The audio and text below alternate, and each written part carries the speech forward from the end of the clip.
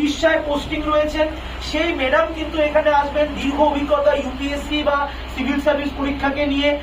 পাশাপাশি এখানে থাকছেন শুভ্রা রজত বিশ্বাস স্যার, যিনি গ্রুপ এ WBCS অফিসার। তো তিনিও কিন্তু এখানটায় revenue department under state GST, তিনিও কিন্তু প্রেজেন্ট থাকছেন এই সেমিনারে, এই মেগা সেমিনারে। তো তোমরা যারা যারা রয়েছে দেখতে পাচ্ছ, তোমরা সেমিনারের ডিটেলস এখানে দিয়ে দেওয়া হয়েছে।